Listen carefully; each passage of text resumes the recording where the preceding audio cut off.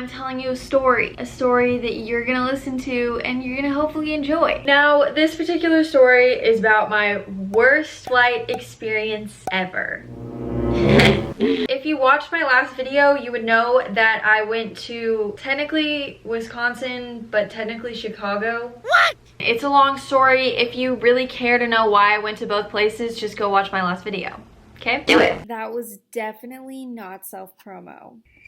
Flying to Chicago was pretty bad. It was a pretty bad experience. We're gonna start before we even got to the airport, and that's kind of where things just started to go downhill. On Thursday night, JP got home from work about 11:30, and then we decided, hey, let's pull an all-nighter. You know, let's just stay up all night and then go to the airport and go to Chicago and then drive to Wisconsin. So we ended up pulling an all-nighter, which is fine, but I mean, pulling an all-nighter is really not the best for your mental health, at least for me. If I pull an all-nighter, I'm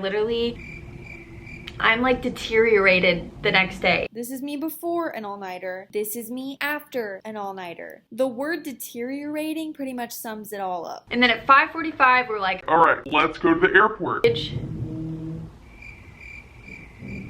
Literally, what is happening? Okay, whatever. Anyways, before I was rudely interrupted. We got our stuff, went outside, and we walked to the train station because the train station is a 10-minute walk away from our apartment. And then if we take the train, we don't have to pay for airport parking. You see what I'm saying here? So we walk to the train station, we get on the train, and we ride to the airport. Well, whenever we got to the airport, we're like, all right, we need to go to the shuttle and we need to take it to Terminal C. We get on the shuttle and the driver just stands outside the shuttle looking around, taking his dear sweet time. Finally, he gets on the shuttle, but at every single stop, he just decided, hey, I'm gonna get off the shuttle and I'm just gonna stand around and do nothing. It was taking us forever to get into our freaking terminal. Can we speed it up, please? After, I don't even know how long, but it was a really long time, we made it to our terminal. We get inside and we're like, we should probably kind of hurry. I mean, we still have an hour until our flight. We gotta make sure we're there at our gate. We're looking for TSA because obviously you have to go to TSA before you're able to go to your gate. We cannot find TSA. TSA is nowhere in sight. Normally, when you go into a terminal, it's pretty obvious where TSA is. This time, it just wasn't. So we go to a worker and I was like, ma'am, could you show us where TSA is? Because we cannot find it and we are struggling. And then she was like, oh, TSA, that's what you're looking for? You're just gonna go right this way, left that way, straight ahead, diagonal here, diagonal there. Oh, and then you're gonna flip upside down. I mean, TSA should just be there. You know what? It's fine. We figured it out. We made it to TSA. As you can tell, we're having bad luck. So, of course, we're gonna have some bad luck in TSA. Why wouldn't we? We're in the TSA line, and then it gets to the part where they give you the little buckets, and you put your stuff in, put it on the thing, and it gets fancily x-rayed. The buckets were shooting out of this thing. It was very technological. I don't even know how to explain it to you. But when the bucket shot out, it smashed my finger. My finger was throbbing, it was turning purple, it was swelling, it was not good. After we got done with TSA and I smashed the living heck out of my finger, I was like, you know what? Let's get coffee. You can't mess that up. No, you can definitely mess that up.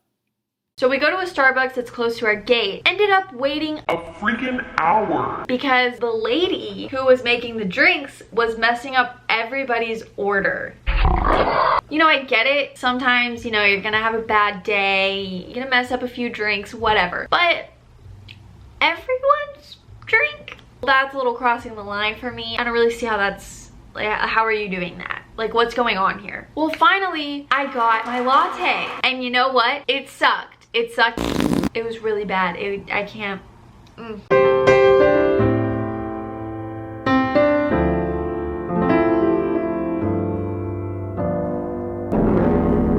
And at that point, I was like, let's just go to the gate because we're not gonna let anything else bad happen to us. This is enough. So we go to the gate to wait for our plane, and this family just comes and sits across from us. This family was eating breakfast, and there were these two little boys that were part of the family eating their breakfast. But here's the thing, they were eating like this.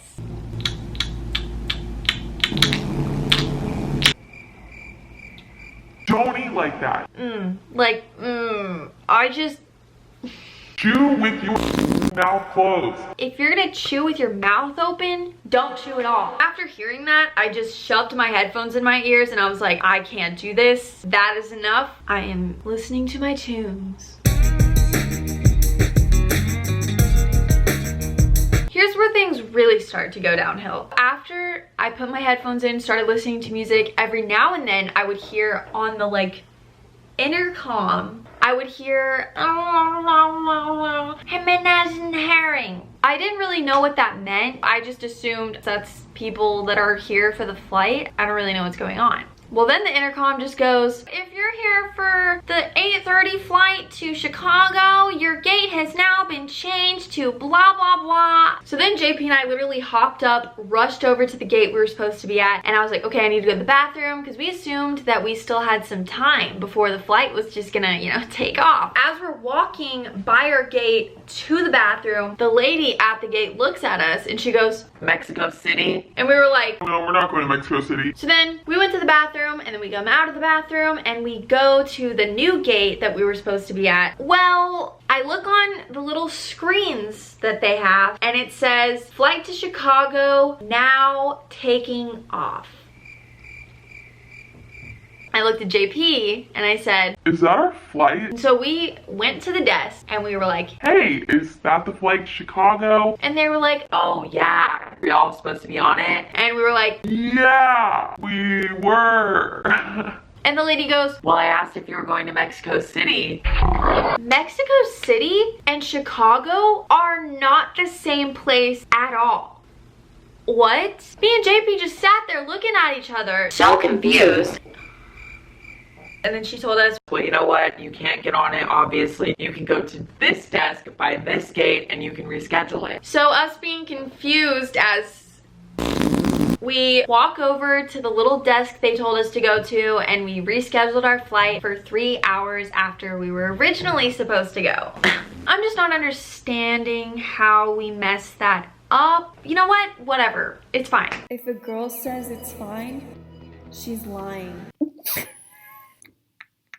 I'm not angry at all still.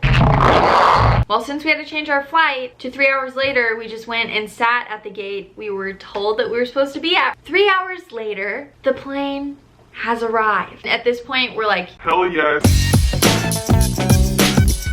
Yes. so then we start boarding the plane, and as we're boarding, we're getting warnings from the flight attendant that some people are gonna have to start checking their bags, and JP and I are so close to getting on, so we're like, okay, we should be good. Here's the thing, we hate baggage claims. It just takes up such a huge chunk of time that is so unnecessary. Well, sure enough, right when I'm about to get on the plane, the lady stops me and says, Oh, ma'am, I'm so sorry, but we're gonna have to check your bag. I was mad, I was annoyed, I was irritated, I was frustrated, I was done. She takes our bags, checks them, we get on the plane. Sometimes when you're on a plane, you get stuck with annoying people. This happened to be one of those times. Are we even surprised? Like, everything is going wrong.